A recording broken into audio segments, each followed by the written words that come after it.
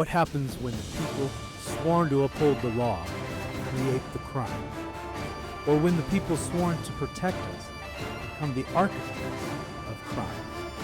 When law enforcement stops catching criminals and starts creating them? Welcome to Entrapped, the podcast that dives into one of the most controversial corners of American justice, government entrapment. This is Entrapped with Tom Hamner.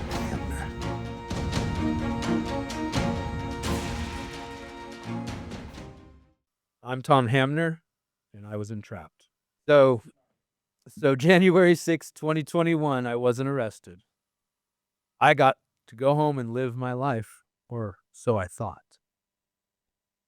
On November 9th, 2021, I had just got done visiting my contact at the Salvation Army to obtain the insurance report for the apartment that had been damaged in their Fresh Start program. As I exited the building, I was greeted by, I would say, close to 20 federal agents and Colorado Springs police. It's incredibly surprising to have guns trained on you and told to throw your hands above your head. You're under arrest for a warrant, which my response was, you got the wrong guy. And they told me I was under arrest for the riot at the Capitol on January 6th, 2021. Well, my hands flew back up into the air because I had been there, and I didn't know whether or not I had done something that I was guilty of. Typically, the police show up when you've done something wrong. I hadn't really caught on to what they were doing yet until right then.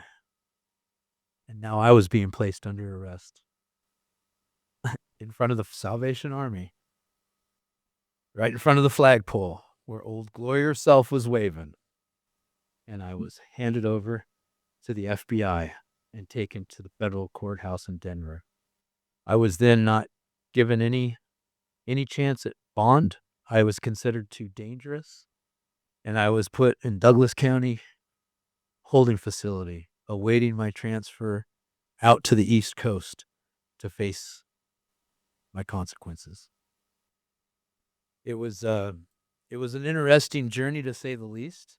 There was a lot of isolation at times because of the choice that they did give you in jail of whether or not to do the COVID test and take the shot. So I was quarantined much of the time that I was in there. They transferred me after about 2 months to Oklahoma, which is a federal transfer facility. And while at that facility, I was in the holding tank waiting to get on the plane to go to Pennsylvania. My first attempt to the East Coast on ConAir. And that's where I met Don Hazard. And I noticed that he was wearing a shirt that I thought would be kind of similar to my views. And so I asked why he was in here. And when he shared his story, I realized I found a friend. And we ended up being bunkies, because that's what you are in jail. We were bunkies for a good few months as we started out our journey. He was from Fort Worth, Texas, and I'm from Colorado Springs, Colorado. So we took our first flight on ConAir. It's nothing like the movie. We ended up in Pennsylvania with nobody there to pick us up. So we got to sit in the plane in these beautiful handcuffs and fly all the way back to Oklahoma, and go back into a holding facility, only to be flown 2 days later out to Virginia. Now, I do have to say that the trip to Virginia was interesting because the vehicle that picked us up cleared out, and an agent came up and spoke to me and Mr. Hazard, and he took all of his devices off and made sure everything was shut down. And so I don't know if this is the first time it's being told or not, but he looked at me and Don Hazard, and he said to the two of us, "Boys, if I could, I'd release you right now and you'd be free to go. I don't think you understand how wrong it is what the government's doing to you." He shared that he was called on to arrest one of the officers that had been charged in this whole debacle. I believe his name is T.J. Robinson. Well, he called in sick that day, so he didn't have to be a part of that team. I'll give it up to that fella. He seemed genuine, and his heart's in the right place. But we weren't free. But I did appreciate what he said to me, and Dawn appreciated it too. So we got shipped off to Orange, Virginia, which is where we spent a good portion of our time as we were fighting our cases, waiting for our consequences, not knowing if it was going to be a few more months before we could see our families and friends and be released, or if it was going to be many, many years. All the while, we kept the hope by sticking close together. We arrived in Orange, Virginia, and we were quarantined with a bunch of people. And then soon we were in general population, where sometimes in jail things get bad. And both Dawn and I had those experiences. Mine was, getting beat up by many individuals at once over jail stuff. But that led to me getting moved to where I was most comfortable when I was in jail, and that was with my brothers. Dawn and I weren't together much longer, but then I met James Malt. James Malt was a guy from New York, and we ended up being bunkies. I then met Adam Honeycutt, who is from Florida. He lost much as well.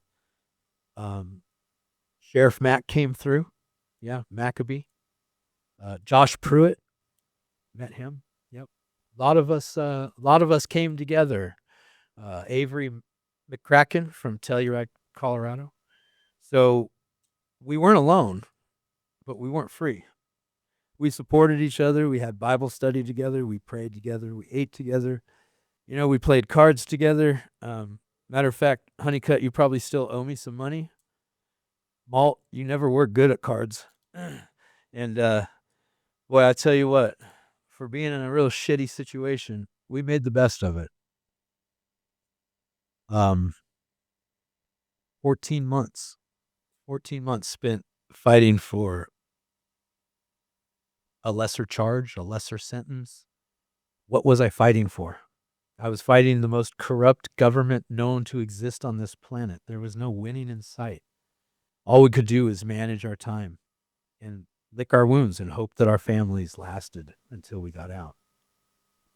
So I finally got sentenced, and I got sentenced to 30 months for the charge of civil disorder. My attorney decided that was a better way to go, was let's plead guilty to the lesser charge and leave the controlling charge on the table. Well, it worked for the time being, and it got me sentenced, and it got me out. 26 and a half months is not a short period of time, but it is a period of time that you can make it through, and I'm proof. Am I better? I'd like to think so. Do I know more? I wouldn't say that. Am I ready to do this all over again? Absolutely. I will stand for what it is that I believe in, and I believe that this country is worth fighting for. And I'm so glad that I have so many brothers and sisters that are willing to stand next to me and fight the same fight, because those are the people that we need to hear their stories. We need to know what's going on with their families. That's the real important story here. It's not about me. It's about you. It's about what you can do with your story and keeping America free. Let's keep this American experiment alive. Let's jump into action. Let's become involved. What can I do? What is it that can be better, and how can I make it better? Let's all get together and do it better. I'm Tom Hamner. Welcome to Entrapped.